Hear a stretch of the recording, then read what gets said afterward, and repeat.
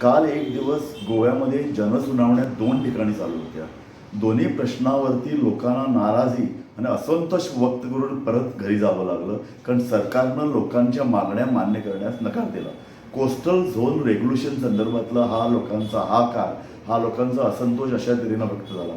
खरं म्हणजे गोव्यात जर विरोधी पक्ष अत्यंत सक्षम असतात तर या संदर्भात या विषयावर त्यांनी गोवा निश्चित पेटवलं असतं.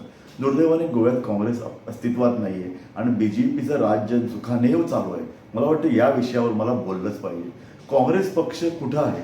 निवडणुकीला केवळ 8 महिने बाकी आहेत आणि सत्ताधारी पक्ष ज्यानं मागच्या 2 वर्षात चुकांवर चुका केल्या ते सतत राजकीय बैठका घेत आहेत, कार्यकर्त्यांना जागृत करत आहेत. त्यांचे निरीक्षक BL संतोष मागच्या आठवड्यात आले. पुढच्या आठवड्यामध्ये पक्षाचे अध्यक्ष JP नड्डा गोव्यात येत आहेत.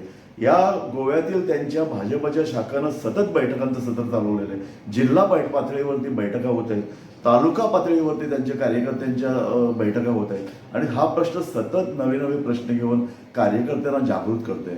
काँग्रेस पक्षाकडे अशी कोणतीही स्ट्रॅटेजी नाही आहे.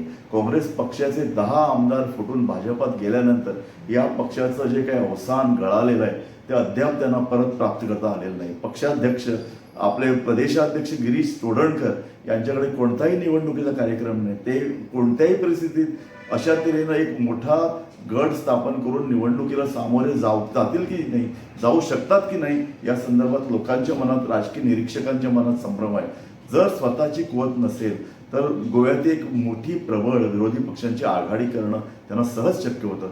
दुर्दैवानं स्वतः गिरीश चोडणकर अशा आघाड्यांना विरोध करत आहेत, कारण त्यांचा काय संकोच, स्वतःचा काहीतरी इंटरेस्ट त्याच्यामध्ये गुंतला आहे, अशा तऱ्हेचं वातावरण आहे. दुसरे जे 5 आमदार शिल्लक आहेत त्यांची तोंड वेगवेगळ्या दिशेने आहे. या परिस्थितीमध्ये लोकांचे प्रश्न सुटत नाही आहेत. लोकांचा जो राग सरकारविरुद्ध आहे त्याला एक आकार येत नाही आहे आणि हा असंतोष, जे काही सर्वेक्षण हल्ली गोव्यामध्ये झाले आहेत, प्रत्येक नागरिक आता बोलू लागलाय काँग्रेस आम्हाला नको आहे. काँग्रेस गोव्यामध्ये पर्याय निर्माण करू शकत नाही. मला वाटतं ही एक अत्यंत लोकशाहीमधली वाईट घटना आहे आणि ती वाईट घटना गोव्यात घडते.